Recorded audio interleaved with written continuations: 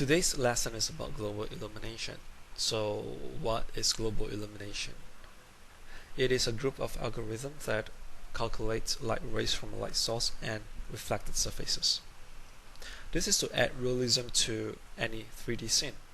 So let's go ahead and fire up Maya to see what we can achieve with global illumination. So I have a basic restaurant in this scene, as well as directional lights. So first of all, I need to enable shadows, and I am gonna use ray trace shadows.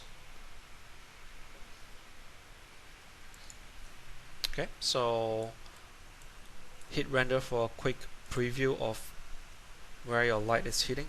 So this is what is going on within the rendered scene.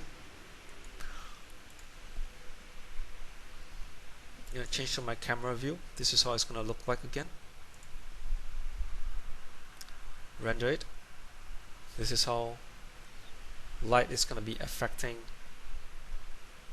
within the scene.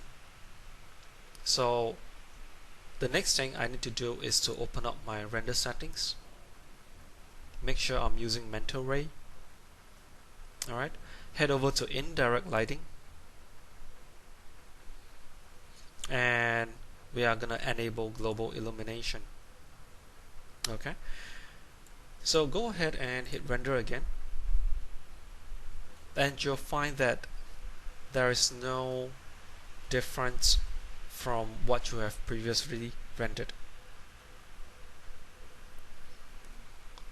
Now the thing is, because we have not enabled global illumination for our lights.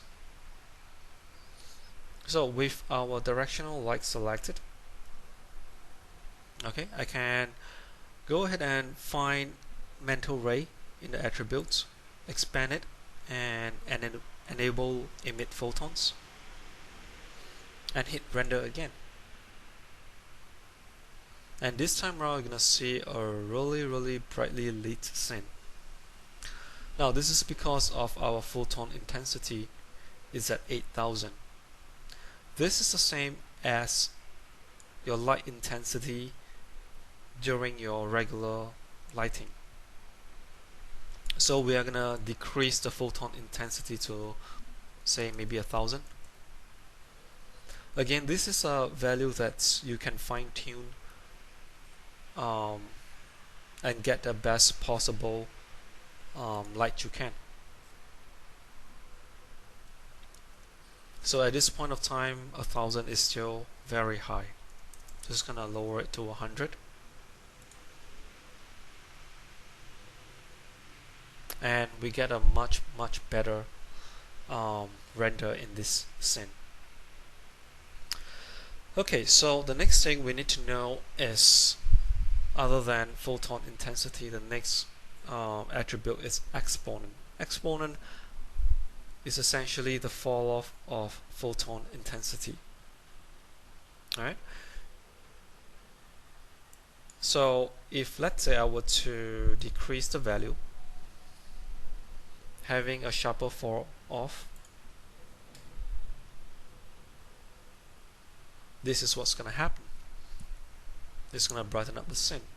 So photon intensity and exponent is a balance that you need to find for your scene, essentially. So I'm just going to go back to its default and hit render. So the next thing that we need to look at is global illumination photons. Now, what is photons again? Photons is a light, and this light is kind of like a particle that you will see in fireflies, for example. You can imagine photons as that. So in a way, to look at what photons are really, we can go into our render settings. We're gonna set our radius to 0.1 and hit render.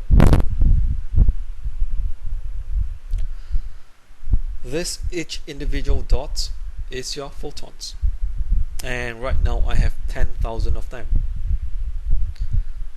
Do bear in mind that a higher value of global illumination photons will increase render time, so we would want to always lower the photons but yet get the best possible render for our scene. So in this case, I'm just gonna set it back to 0 for our radius, and we will take a look further at how we can manage our amount of photons that are needed. So let's take, for example, if I were to lower this to perhaps 2500. This is how it's going to look like. A lot of strange looking artifacts. So at the same time, how do we fix these artifacts? Now in your render settings, we have something called radius. So we are going to increase the radius. So let's say I'm just going to increase it to, say, 1. Now anything that is 0 is being pre-calculated by Maya. So by setting 1, I'm probably not going to get the best results. So there you go. It's giving me a lot of artifacts. So I need to increase this value. So let's say I increase it to 5.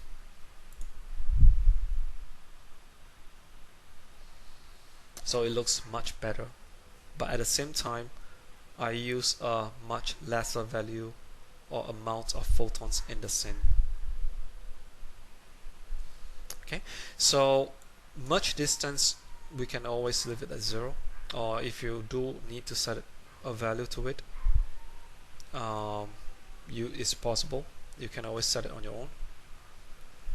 Again, these values you need to experiment with it.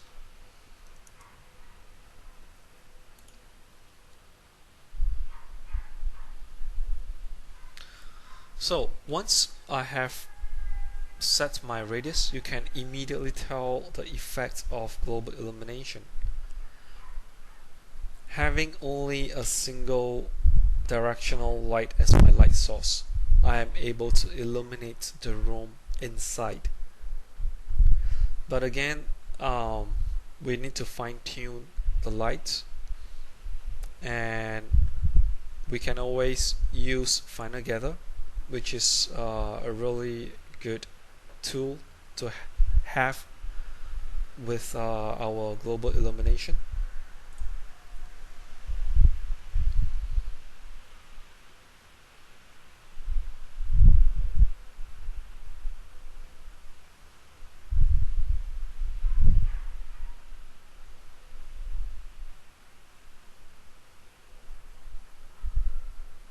Alright, so this is a combination of global illumination and Finer Gather. That's the end for your global illumination lesson.